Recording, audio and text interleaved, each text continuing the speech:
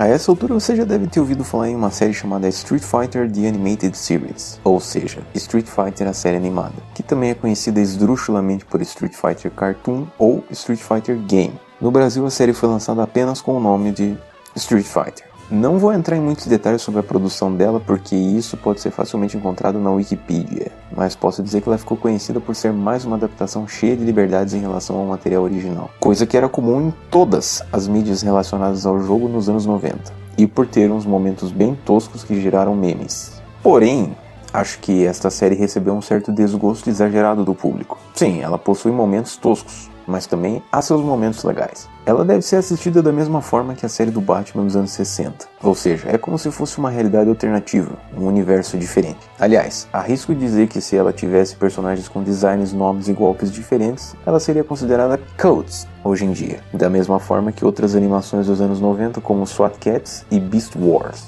Foi por isso que eu decidi fazer um pouco diferente das análises anteriores e criar algo que chamei de o bom, o mal e o feio. Basicamente, apontarei acontecimentos e características dos episódios pontuando-os em alguma destas três categorias. Bom seria como um sinal verde, coisas na série que achei legais. Feio refere-se a alguns traços e quadros de animação horríveis, além de outros acontecimentos que não são bons, mas não chegam a ser ruins, portanto, são como um sinal amarelo.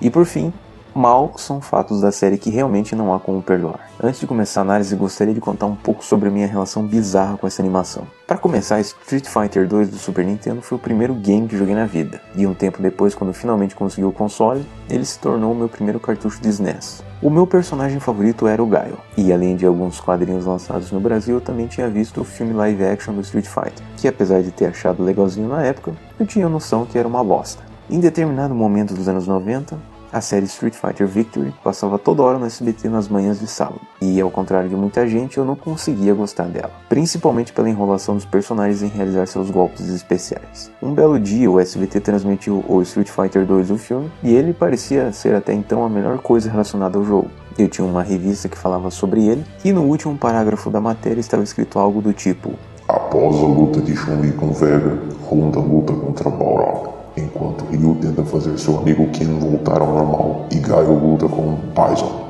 Mas não vamos falar mais para não estragar. Eu pensava, beleza, isso faz sentido. Então imagine a decepção de um adolescente que estava gravando tudo em uma fita VHS ao ver o seu personagem favorito levar um cacete do Bison. Pois é, se vocês assistiram o longa, sabem que o Ryu e Ken se juntam e lutam contra Bison no final. Eu realmente fiquei chateado com essa merda, porque por mais que eu não tenha nada contra Ryu e Ken, eu sempre achei que faria mais sentido o Gaio ser o inimigo de Bison. Mas enfim, um belo dia eu percebi que estava passando o último episódio do Street Fighter Victory. Então eu pensei, acho que posso dar uma chance a essa série. Talvez eu precise ter apenas paciência. E no sábado seguinte preparei uma VHS para começar a gravar, pois eu imaginava que o SBT voltaria com seu ciclo interminável de reprises. Foi então que dei de cara com isso. Coronel William Guile, um dos maiores do mundo em artes marciais, viaja pelo circuito mundial de torneios, usando isso para esconder sua missão secreta de líder de um grupo de elite de lutadores contra o crime, conhecidos somente pelo seu codinome Street Fighter. Meu ânimo começou a subir, pois além de ser uma série que eu nunca tinha ouvido falar em lugar algum, ela trazia o meu personagem favorito como um fodão das artes marciais. Curiosamente, o primeiro episódio transmitido foi o último da primeira temporada, no caso o 13º. Então, a partir do sábado seguinte, o SBT transmitiu do primeiro episódio até o 12º, e então a segunda temporada. Eu sabia que a série tinha diferenças e era tosca, mas eu estava adorando aquela merda toda, e inclusive eu fazia questão de mostrá-la a um amigo meu, pois ele sempre foi fãzaço do Ryu, e o personagem nesta série é um completo inútil, uma espécie de vingança poética pessoal. Gravei todos os episódios, mas muito tempo depois eu me livrei das VHS. Eu achava que seria uma série fácil de achar na internet, mas eu estava enganado. Havia uma comunidade no Orkut do Street Fighter em que um rapaz que eu acho que se chamava Samuel dizia também ter gravado todos os episódios e que pretendia digitalizá-los. Isso foi lá por 2008. Inclusive eu mesmo me ofereci para digitalizar tudo, já que eu tinha condições de fazer isso, mas ele disse que era só questão de deixar as fitas e então faria tudo por conta própria. Muitos anos depois encontrei alguns episódios dublados pela internet, mas não a série completa. Talvez eles tenham mesmo sido remasterizados por esse tal de Samuel, mas aparentemente, ou ele não conseguiu achar todos os episódios nas suas fitas, ou então se enganou em relação a ter gravado todos eles. Para minha infelicidade, descobri tarde demais que o Cartoon Network brasileiro também transmitiu a série, e que provavelmente nunca reprisou. E chegamos até os dias atuais. Eu sempre tive vontade de mostrar esta série para amigos, mas como faltam episódios dublados e nem todas as pessoas entendem inglês, a falta de legendas era um problema. E isso até eu encontrar um projeto legendado em russo no whotracker.org. Consegui baixar o release e decidi traduzir eu mesmo. Um dos motivos de eu ter feito isso é que eu fiquei horrorizado com um cara querendo vender uma versão incompleta da série no Mercado Livre, com legendas supostamente feitas por ele, por mais de R$100. Então, sem mais delongas, aqui vai a análise dos primeiros episódios, começando pela abertura. Dá uma olhada nessa gente horrível. Esta sequência de movimentos não faz sentido.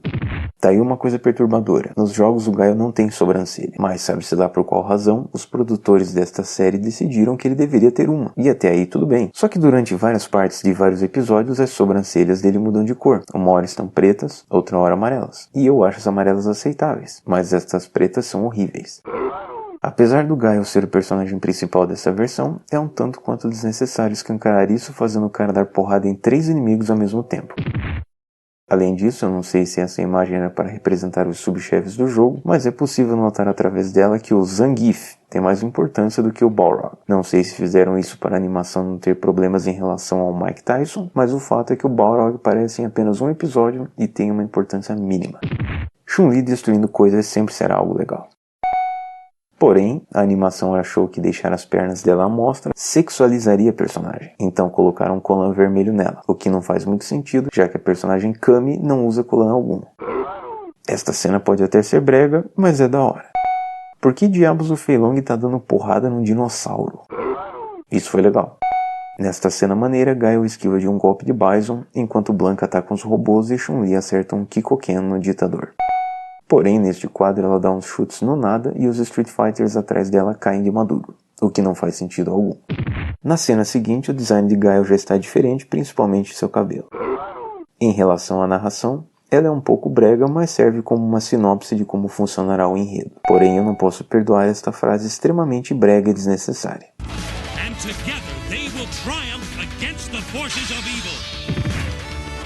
A música de abertura é uma versão interessante do tema do jogo.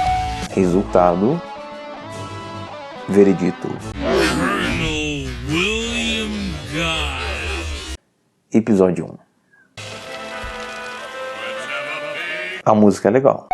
O episódio inicia com o conceito apresentado na abertura de que Gaio participa de lutas para esconder seu papel de líder de um grupo de protetores da paz. E bem, isso não faz muito sentido, mas pelo menos já sabemos logo no começo do episódio. Esse lutador genérico faz um golpe genérico e já podemos perceber por aqui que no universo da série é comum pessoas usarem sua força interior para disparar projéteis de energia, e isso é algo bom e rápido. Porém, o cara lançar um projétil e o Gaio se distrair levando o golpe nestas condições contradiz com a inteligência do personagem. A princípio, você pode pensar que este cara da plateia trata-se de um suicida, mas é revelada uma das formas de contato camuflado entre Gaio e seu superior. E é aí que está o meu problema. Eu aceito de boa o enredo desta série, mas querer que eu acredite que essa forma de contato é melhor do que um telefonema é algo que eu não engulo. Said when you were in Shadowloo with the international peacekeeping forces, you ran out on your own troops. Esta é uma frase um tanto quanto específica que serve apenas como exposição.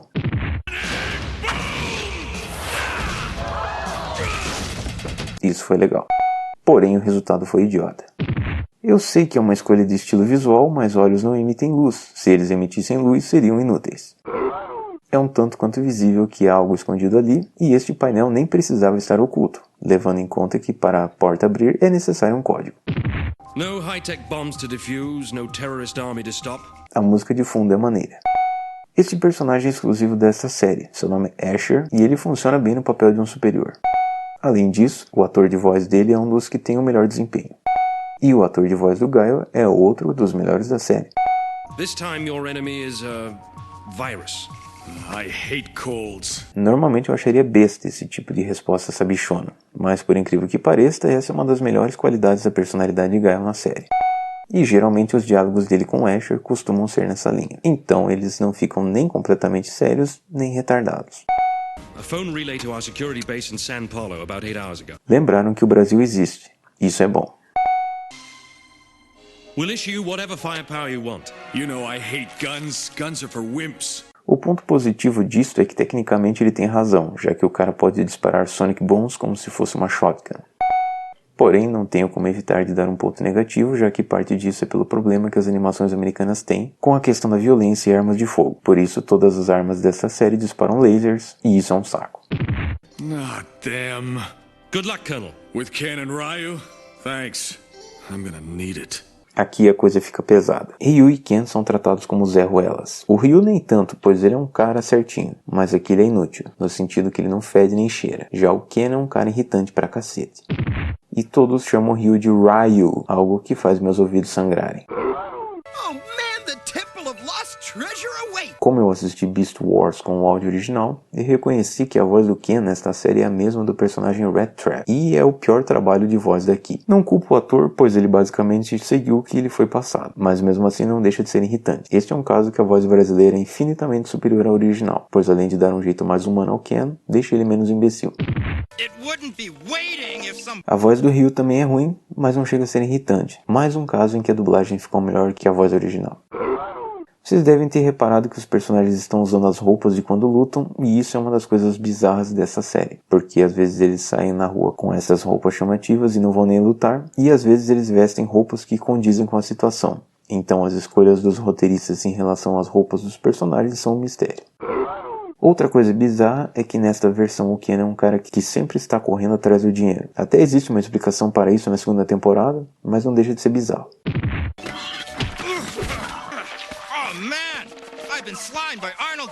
Esta é uma das cenas mais vergonhosas desta série, e se eu pudesse daria 100 pontos ao invés de 1.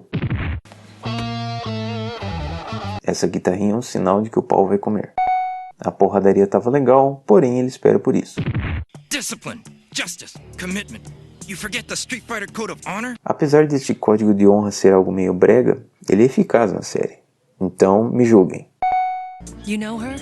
A little personal history?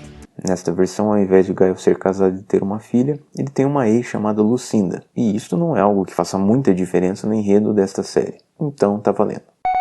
Além disso, esta subtrama não é algo que fará parte de todos os episódios, então não será algo cansativo.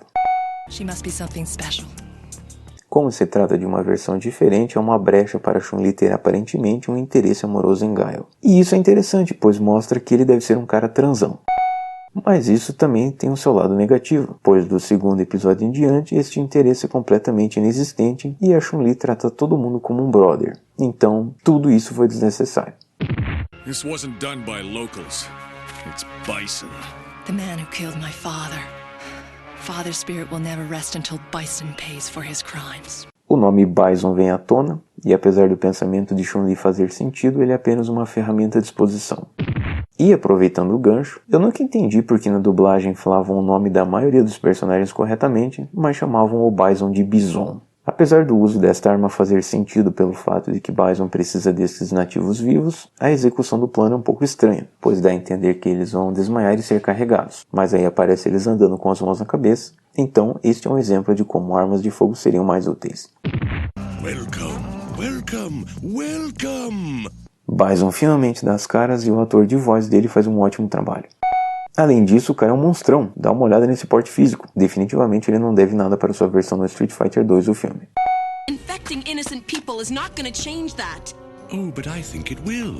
O cara mostra que é diabólico com o plano de infectar os nativos em troca de uma cura para um vírus. Blanca espera por isso. Blanca? Por mais que o Blanca estivesse loucão e putaço, isso não justifica o fato dos dois personagens só terem se reconhecido agora. Aren't you supposed to be dead or something? Não sei se foi proposital, mas esta frase foi genuinamente engraçada e combina com esta versão fanfarrona do Ken. Ele fala sobre sua transformação que tem a ver com o acontecimento do filme live action. Isto é algo ruim, pois se a animação é para ser uma continuação do live action, o fato dos personagens DJ e Balrog estarem do lado certo e o Zangief ainda estar com Bison faz com que a fidelidade ao filme seja inútil. Em outras palavras, esta série não precisava ter ligação alguma com o filme. I'm still not sure we should be here. Oh, come to Papa. It's not right, Ken. O Ken é tão pau no cu que deixa o grupo dos Street Fighters para continuar atrás do tesouro que ele procurava, mesmo sabendo que pertence aos amigos do Blanka. Até aí tudo bem, pois isso faz parte desta versão do personagem, mas o Ryu ainda estar com ele mesmo achando errado é algo que não faz sentido. Os roteiristas dessa série realmente não gostam do Ryu, pois fazem justamente ele ser infectado, e para piorar, este vírus parece infectar só quem ele quer. Esta é uma daquelas cenas que tiram a credibilidade do negócio. Pra que toda essa manobra de bailarina? Além disso, esta frase. Além disso, o capanga fica olhando ao invés de atirar e ainda por cima foge.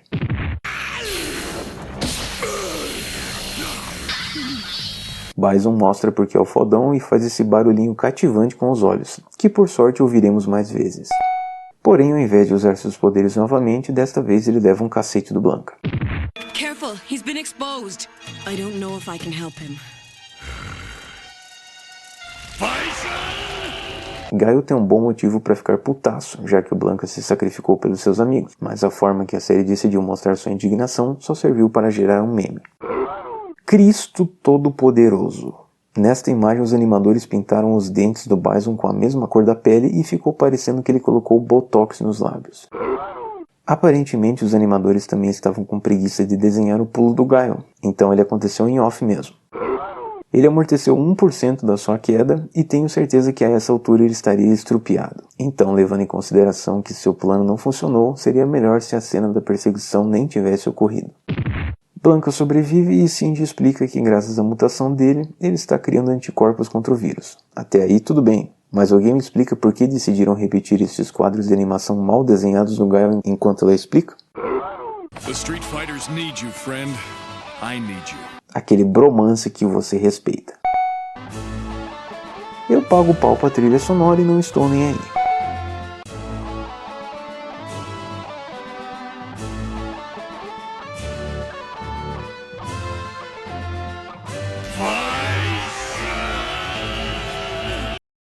It's over 9,000! Episódio 2. O guarda mais inútil do mundo, e ao invés de meterem bala no cara, os bandidos têm tempo pra isso. Olha o laser aí, gente! Além disso, nesta série uma pessoa acertada por um laser fica apenas atordoada, enquanto que esta porta que é de aço derrete.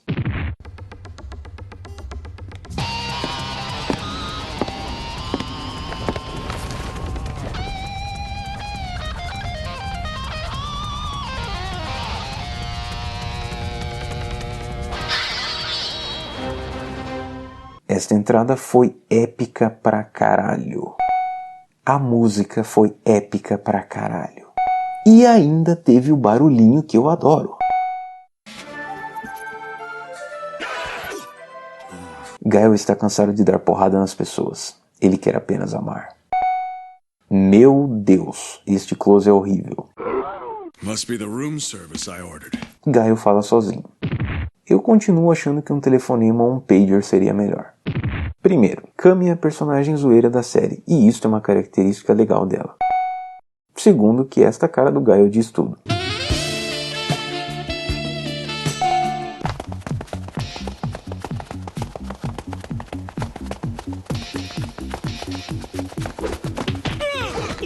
Uma corrida e tanto para nada.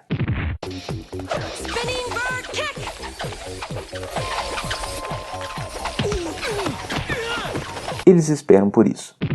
You're the best person for the job. Because I know the area? Go get a map. Chun-Li tem culhões. What about all these people? I'm getting a map, remember? Chupa. Em algumas versões o pai da Chun-Li é um policial. Aqui ele é um mestre da sua vila. E pelo menos o cara é honrado. Bison dá um cacete monumental no coitado. Então, né? Seria melhor se esse golpe fosse um pouco mais rápido.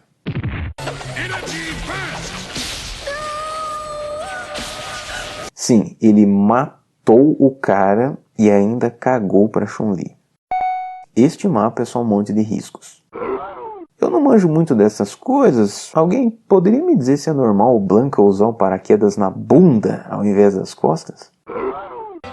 Up here. Blanka? Enjoying the view? Just help me down. Este é um momento simples, mas este tipo de interação entre os personagens dá um ar mais humano a eles. Porém, levando em conta que o Blanka destruiu barras de ferro no episódio anterior, ele não teria problemas em descer sozinho. Happy landing. Assim como Arnold Schwarzenegger, Guile é mestre em one-liners. E o cara destrói uma arma com uma pisada. Eles encontram um robô e tem uma luta decente com ele. Porém, preciso falar de outra coisa que ficou melhor na dublagem brasileira. No jogo, o golpe da Chun-Li se chama Kikoken, e usaram este nome na dublagem. Algo que é muito melhor do que simplesmente falar bola de fogo como fizeram aqui. Não faço ideia do porquê Blanka fez seu golpe para cima ao invés de ir reto.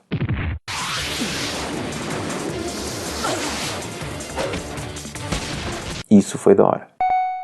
Blanka putaço é sempre algo legal. Isso sim é uma forma inteligente de usar o golpe. Everything's armed. I have only to touch a button and boom. Bison é um personagem único, pois ao mesmo tempo que ele tem frases bobas como esta, ele lança pérolas brutais. You're just like your father, foolish and weak. Putz!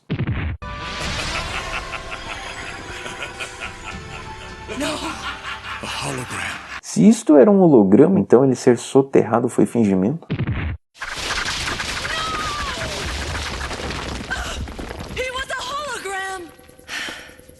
Chun-Li aparentemente detesta hologramas. You can't abandon your team for personal motives. Yes, sir. Deve ter sido neste episódio que ela parou de ter o Guile como seu crush. Good riddance. My father's the only one who cared about the village. Everyone abandoned him when Bison showed up. Chun-Li guarda rancor, e isto não é algo que costumamos ver em desenhos animados com frequência. Eu nunca pensei que ver personagens do Street Fighter ejetando seria algo emocionante, mas a música deu conta do recado. Todos os capangas são ruins de mira aqui. Guile se importa, pois provavelmente lembrou disso. Apesar deste golpe ser um pouco impraticável, é satisfatório ver que o maluco levou uma bem na fuça. Zangief aparece só para levar um cacete. Além disso, estes capangas devem ser os mais inúteis do mundo. Desta vez Bison mostra que é o fodão. Remember the reactor? One button sends it up in smoke and everything around it. You've already taken the most important thing in my life from me. Chun-Li mostra que está cagando e andando para a segurança dos outros, e isto evidencia novamente o lado humano dos personagens, pois humanos fazem burradas. You may be the strongest woman in the world, but I am the strongest man. O cara tem frases fodas. Eu não faço ideia de como ela conseguiu lançar 3 projéteis no ar e falar Fireball repetidas vezes foi bobo.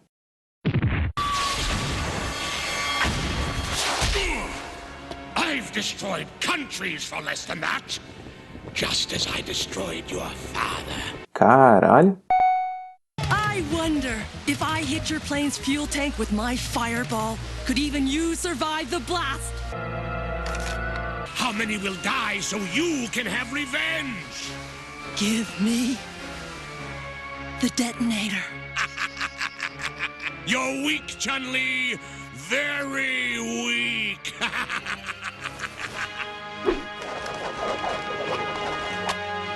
Bison sambou na cara dela.